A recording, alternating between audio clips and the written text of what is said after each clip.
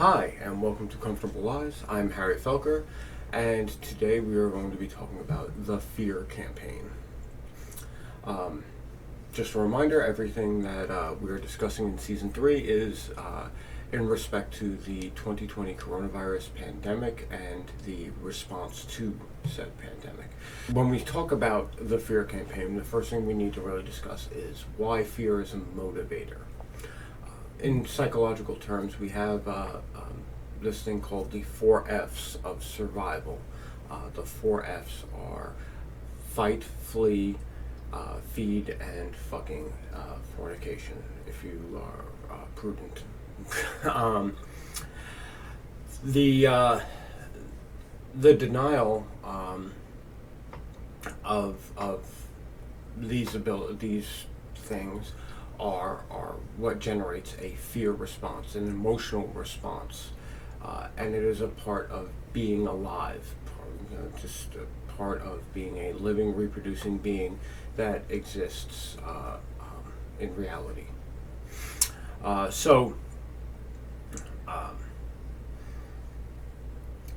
In this sense, fear is an innate part of the survival experience, and understanding that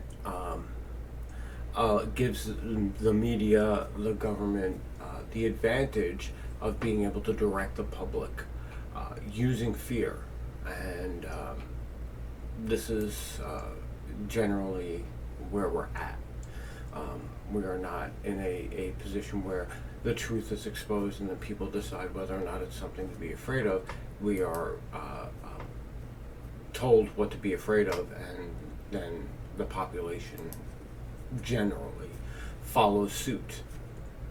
So how is that fear leveraged? Well, there is an interesting article by Gavin DeBecker and Associates. The link will be provided in the description of this video, which describes the many ways in which media manipulates news into something to be alarmed, to be afraid, to be shocked by. The primary thing is correlation fallacy. Anybody who has any chops in debate tactics understands what correlation versus causation means, but maybe the general public is a little weak on this. So let me explain. Two things happen, and if you open up your criteria wide enough, those two things are related.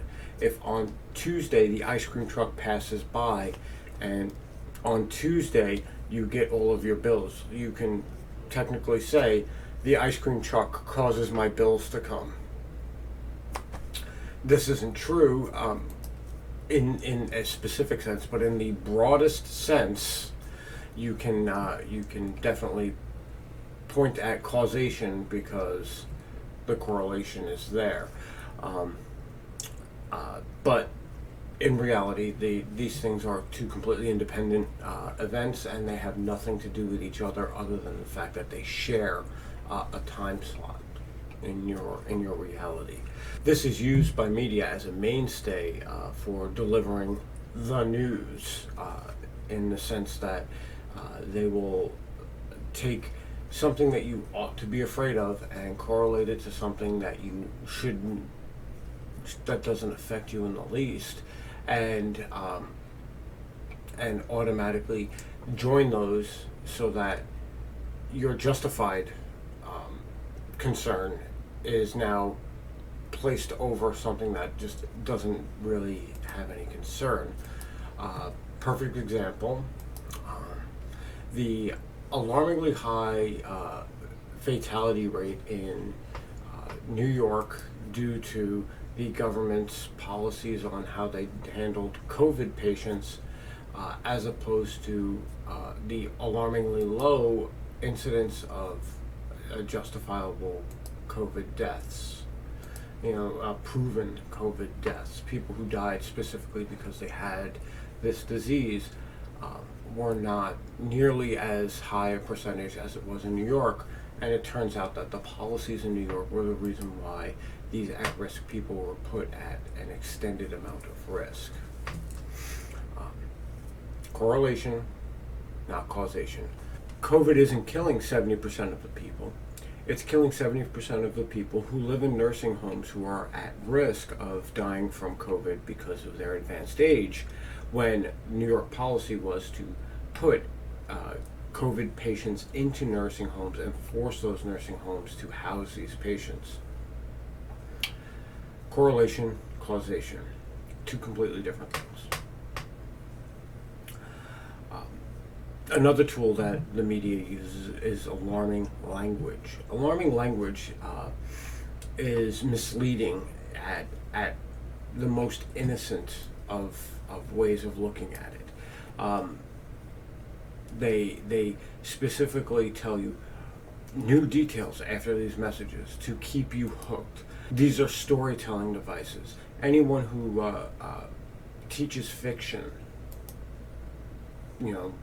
not real stories, will tell you to use plot hooks, to use hooks to keep your reader's attention, and that's all the media is doing. It's a big giant marketing scheme that uses your fears to keep you watching, because the longer you watch, A, the more advertising dollars they can garner to sell, and B, the less in control of your own thoughts you are.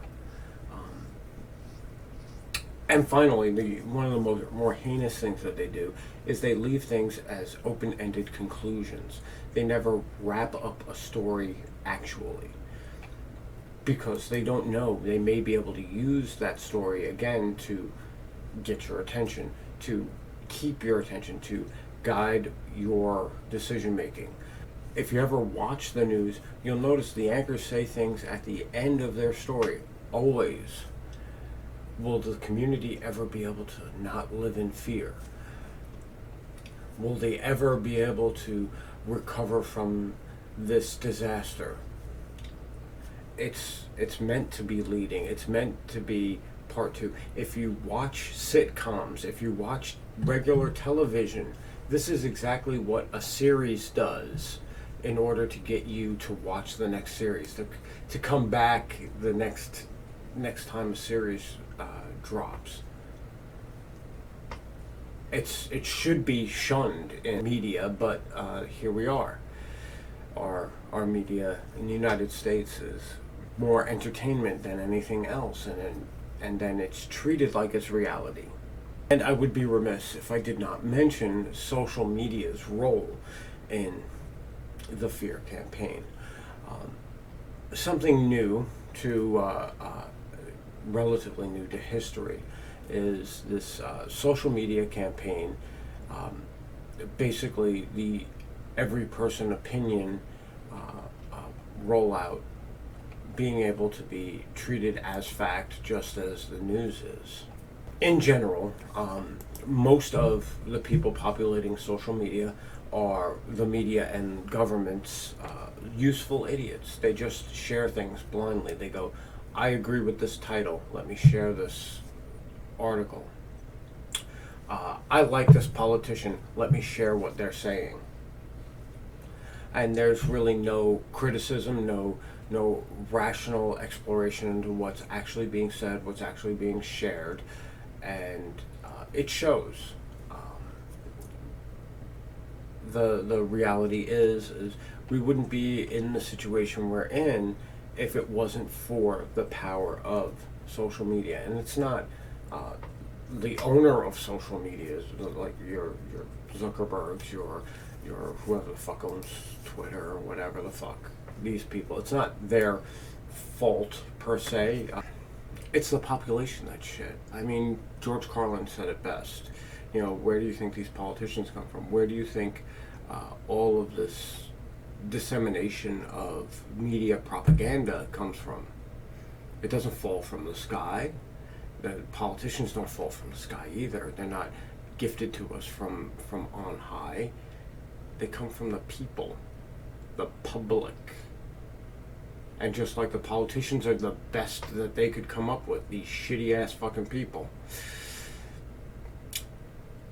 the media is the best the public can come up with to parrot. They find every excuse on the planet to just not think for themselves, not do any type of online searching to see if anything that they're spreading is actual truth. Which brings us to our next topic. I do this while holding a cat. Fact checkers.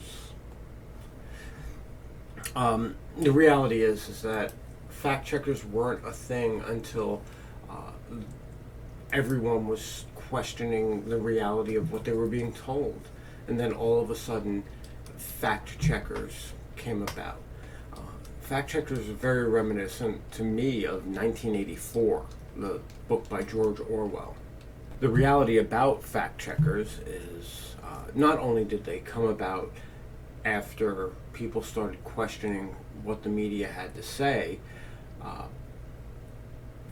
but fact checkers, independent fact checkers, as it turns out, are actually funded by some of the people who are being questioned. So it really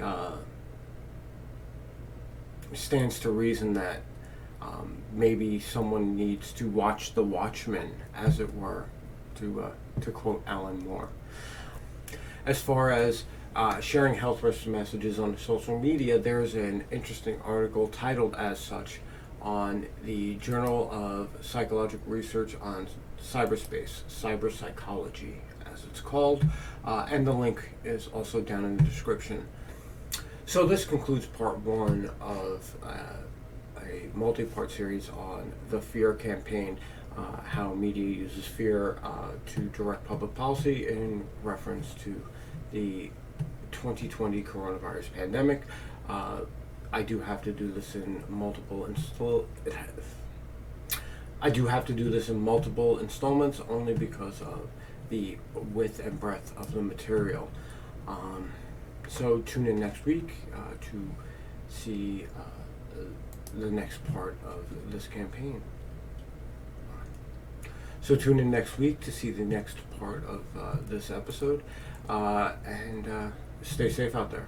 This has been Harry with Comfortable Lives.